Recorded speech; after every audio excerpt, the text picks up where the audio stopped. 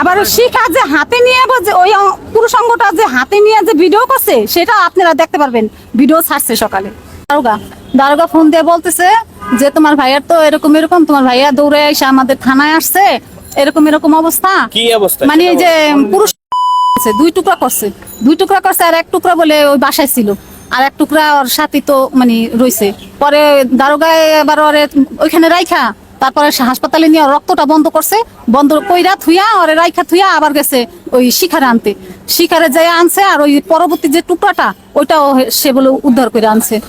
এখন আমার ছেলের যে অবস্থা, আমার ছেলে মনে হয় বাঁচবো না, আমি জানি না, বাঁচতেও পারে না বাঁচতে পারে। এখন আমার ছেলের কত কিছু লাগবে, রক্ত লাগবে, এটা লাগবে ওটা লাগবে, কি দেখি করুন। আমার নিজেই নিরুপায়, আমার ছেলে আসিল একমাত্র ভরসা আমার। আমার ছেলের নাম শাকিব, মানে রিয়াল নাম হলো শাকিল ব্যাপারী। তাই আজকে ওরই যদি এই অবস্থা হয়, আজকে আমার সংসারটা কিভাবে বাঁচবে? আজকে কয় মাস ধরে আমার কয় বছর, 3 বছরের মতো তো আমার ছেলে ওর কাছে আছে। তাই 3 বছরের ভিতরে আমাদের দেখাশোনা করতে পারেন, তাহলে আমার সংসারটা কি হইতে পারে বুঝেন। আর আজকে আমার ছেলের অবস্থা, আমার ছেলের পাশে কেউই দাঁড়াইলো না। আগে পর অনেক মানে রিকোয়েস্ট করছে, মানুষের জনগণে বলছে যে আমার এর থেকে একটু বাঁচাই নেন, আপা আমার এর থেকে একটু বাঁচাই নেন, বা ভাইরা আমার বাঁচাই নেন, কিন্তু কেউই তার পাশে দাঁড়ায় নেই। আজকে আমার ছেলের যে অবস্থা, আমার ছেলে বাচ্চা থাকা ওর কোনো লাইফ কোনো নাই। আচ্ছা, এই ঘটনাটা কেন ঘটাইছে? ও কিছুদিন আগে বলছিল যে আমি হয়তো না খাইতে পারি, আর আমি কেউ খাইতেও দেবো না, আর নিজেও খাবো না। এই শিখা বলছে যে আর 1 কোটি টাকাও যদি যায় তাও আর আমি দেখা ছাড়বো, আর কি মানে ওরে মানে জীবন মৃত্যু আর ই করুম, মানে আর একটা শিক্ষা দিয়ে ছাড়ুম আমি, এরকম আর কি বলছে। আমার মাথাটা ঠিক নেই, আমি কি বলবো, আমি বলতে পারি না এখন, বুঝছেন? আমি যে কি বলবো। আজকে মনে হয় ভোর রাইতেই, মানে ওর ঘুমের ঘরে হয়েছে, হয়তো আর কি জানি খাওয়াই নিছিল, হয়তো অজ্ঞানের মতন ছিল, ওই সময় মানে এই কাজটা করছে। আবার শিখা যে হাতে নিয়ে ওই পুরুষ অঙ্গটা যে হাতে নিয়ে যে ভিডিও করছে সেটা আপনারা দেখতে পারবেন, ভিডিও ছাড়ছে সকালে। না, তার পরশুদিন আমার সাথে কথা বলছে আমার ছেলে, ভালো।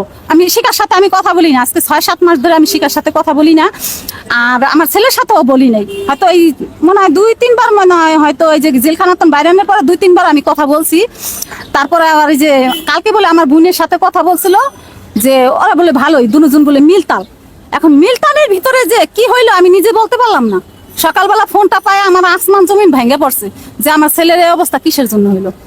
কালকে বলে আমার বোনের সাথেও কথা হয়েছে। এই ঘটনার জন্য আপনি এখন কি চাচ্ছেন? আমি চাই সূক্ষ্ম বিচার চাই, আপনারা যে বিচার করেন সেই বিচার আমি মাইনা নিব, কিন্তু আমার ছেলের বিচার চাই। অজানি আমার ছেলের জন্য অজানি, কিন্তু ওই মেয়ে অনেক খারাপ। ও মানে শিখা বাজে ছেলের সাথে আর নিশা খারাপ, এইসব জিনিস নিয়ে ওর সাথে ঝগড়া হয় আমার ছেলের সাথে। আমি ওর শাস্তি চাইতেছি, ওরে জানি শাস্তি হয়, ও শাস্তিতে আর পরবর্তীতে জানি কোনো মেয়ে কোনো ছেলেদের এই সব কাজ না করতে পারে। হ্যাঁ, শিখা এখন আছে ইসে, এই যে বন্দর, ওই যে না বন্দরে যে থানা আছে।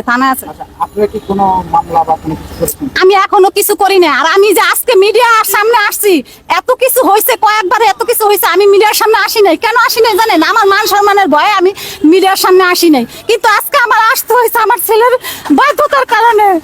আমি কিন্তু এতদিন মিডিয়ার সামনে আমাকে দেখছেন, কোনোদিন দেখেন নাই আপনারা। আমি কিন্তু মান সম্মানের ভয়ে আমি কোনো সময় মিডিয়ার সামনে আসি না। আমার ছেলে আমার অনেক বলছে, মা অনেক মানুষের দিকে কত দেয়, আমার যে এত বড় বিপদ, তা তো তুমি ক্যামেরার সামনে আসো না। আমি বলছি না বাবা, আমার মান সম্মানের ডর আছে, ওর মান সম্মান না থাকতে পারে।